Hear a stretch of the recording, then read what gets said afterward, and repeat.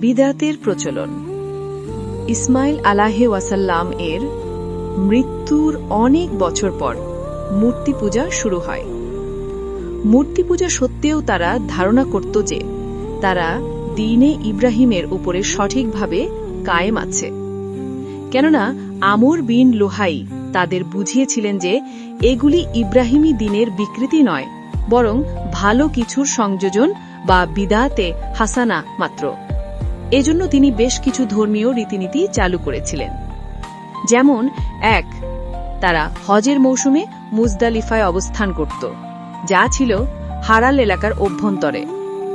হারামের বাইরে হওয়ার কারণে তারা আরাফাতের ময়দানে যেত না, বা সেখান থেকে মক্কায় ফিরে আসা অর্থাৎ তাওয়াফে ইফাজা করত না, যা ছিল হজের সবচেয়ে বড় রুকন। তারা মুজদালিফায় অবস্থান করত ও সেখান থেকে মক্কায় ফিরে আসত। সেজন্য আল্লাহ নির্দেশ দেন, অতঃপর তোমরা ওই স্থান থেকে ফিরে এসো তাওয়াফের জন্য যেখান থেকে লোকেরা ফিরে আসে, অর্থাৎ আরাফাত থেকে। বাকারা 2:199, বুখারী হাদিস নাম্বার 1665, মুসলিম হাদিস নাম্বার 1219-20। তারা নিজেরা ধর্মীয় বিধান রচনা করেছিল যে বহিরাগত হাজিগণ মক্কায় এসে প্রথম তাওয়াফের সময় তাদের পরিবেশিত ধর্মীয় পোশাক পরিধান করবে। সম্ভবত এটা তাদের অর্থনৈতিক স্বার্থদুষ্ট বিদআত ছিল। যদি কেউ অর্থনৈতিক কারণে বা অন্য কারণে তা সংগ্রহে ব্যর্থ হয়, তবে পুরুষেরা সম্পূর্ণ উলঙ্গ হয়ে এবং মেয়েরা সব কাপড় খুলে রেখে কেবল ছোট্ট একটা কাপড় পরে তাওয়াফ করবে। এতে তাদের দেহ এক প্রকার নগ্নই থাকত।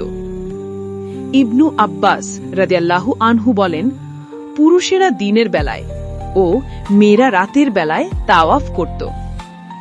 তাদের এই অন্যায় প্রথা বন্ধ করার জন্য আল্লাহ আয়াত নাজিল করেন, হে আদম সন্তান, প্রতি সালাতের সময় তোমরা সুন্দর পোশাক পরিধান করো। আর 7:31।